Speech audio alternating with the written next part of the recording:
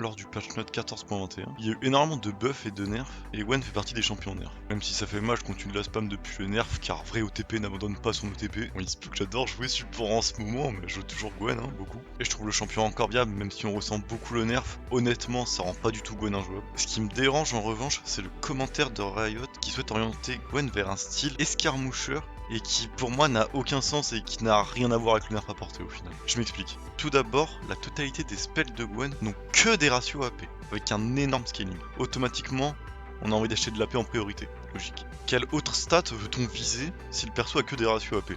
On peut penser à la vitesse d'attaque pour son passif, mais ce n'est clairement pas rentable de build un item uniquement vitesse d'attaque sur Gwen avec son scaling AP. Donc à part la Dent Nashor qui donne les deux et qui est très fort sur Gwen d'ailleurs, il n'y a pas vraiment d'autres items intéressants avec la stat vitesse d'attaque. En item PV qui donne de l'AP pour le style escarmoucheur, il y a le créateur de fight qui peut être très bien en fonction des games.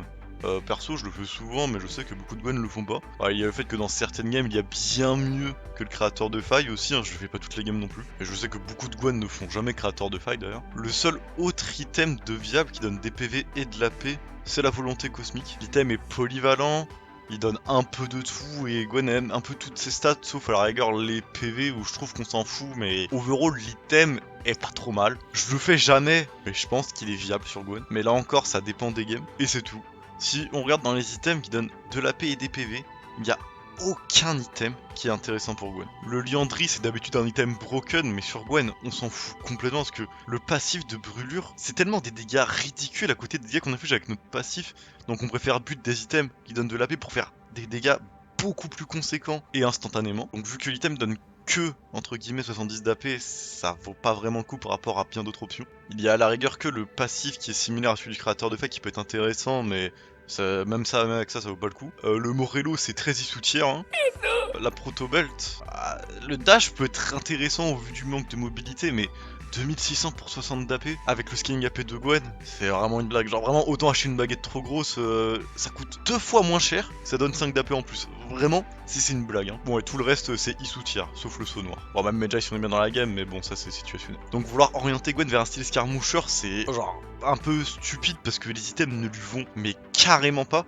Et même ceux qui lui vont, c'est des items situationnels qu'on peut pas tout le temps build. Je vais pas dire jamais, mais c'est pas toutes les games qu'on peut les faire. Et que ce soit réellement rentable. En item qui donne de l'AP et des résistances, il y a que le Zonia et la Banshee. Alors j'aime beaucoup les deux items, déjà parce qu'ils donnent pas mal d'AP, donc Gwen aime beaucoup. En plus des résistances et des passifs qui, les deux ont des passifs très intéressants, surtout le Zonia. Donc Zonia, Banshee c'est overall je trouve des bons items sur Gwen, situationnels, mais des items qui sont faisables. Sauf qu'en général on les fait pas pour les résistances, c'est généralement plus pour l'AP que ça donne et l'utilité du passif. Mais bon le problème c'est qu'il y a que ça comme item qui donne des résistances et de l'AP. C'est de très bons items, donc en vrai je m'en plains pas trop. Mais le truc c'est qu'on a pas trop le choix, il y a pas trop d'options pour on va dire faire un build orienté escarmoucheur pour Gwen. Du fait qu'en item PV il y a que le créateur de faille pour moi qui est intéressant. Il n'y a pas 10 000 choix. Et encore, faut que c'est des items qui sont tous situationnels. Donc on peut pas le faire à toutes les games.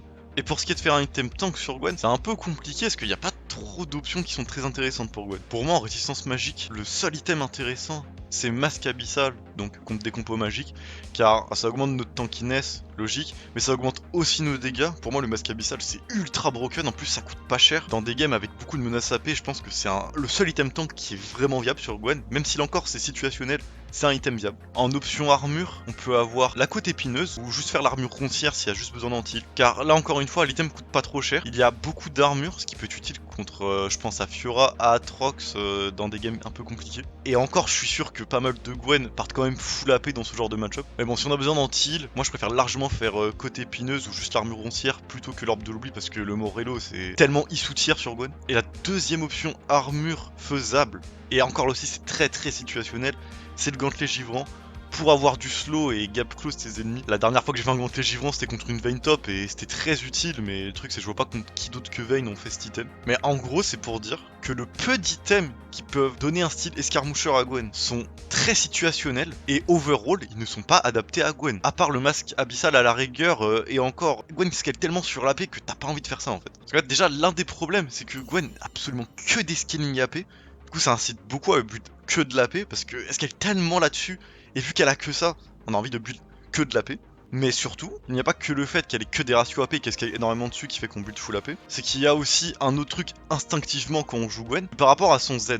Bon là je vais parler beaucoup teamfight, c'est aussi valable pour beaucoup d'autres situations, mais là je vais surtout parler teamfight. En teamfight, avec Gwen on s'en fout un petit peu des items survivabilité, parce qu'en fait, on a notre Z, et le but de Gwen, selon moi, dans un teamfight, c'est de jouer pendant les 4 secondes que dure son Z.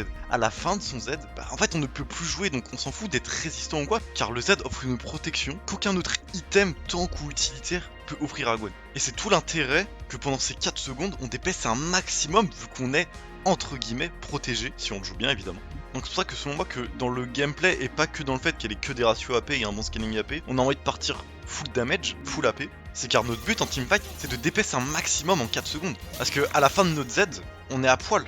Si la Dekari qui est un peu hors du fight à la fin de notre Z, qu'on soit tank ou pas, il va nous déchirer. Pour moi, Gwen est censé clear un teamfight durant le timing de son Z. À la fin de son Z, soit tout le monde est mort, soit on recule. Il n'y a pas d'entre deux. On pourrait se dire, à la fin de notre Z, on pourrait continuer à fight parce qu'on serait un peu résilient, etc. Et du coup, le Riftmaker le permet un peu plus. C'est le seul item qui, pour le coup, donne une bonne surabilité. Parce qu'avec l'Omnivampirisme, vu qu'on fait beaucoup de dégâts, on jette beaucoup, etc. Mais encore, ça dépend des compos en face, s'il y a des gros tanks sur lesquels se soigner. Mais overall, à la fin de notre Z, dans un teamfight, normalement, on est quasiment toujours obligé de reculer. Après, c'est vraiment très situationnel au dégâts et comment se passent les teamfights et tout, parce que des fois on peut juste continuer parce que soit on n'est pas le focus, soit le teamfight est déjà gagné donc on peut continuer de rusher avec notre ghost, notre air, etc. C'est vraiment, vu que le gameplay en teamfight est surtout de jouer sur le timing de notre Z pour être entre guillemets immortel, eh bien on doit profiter de ces 4 secondes pour dépasser un maximum. C'est pour ça que quand ils disent nous l'orientons donc plus vers le style et Scarmoucher et moi vers celui du Mage à Burst, pour moi ça n'a aucun sens.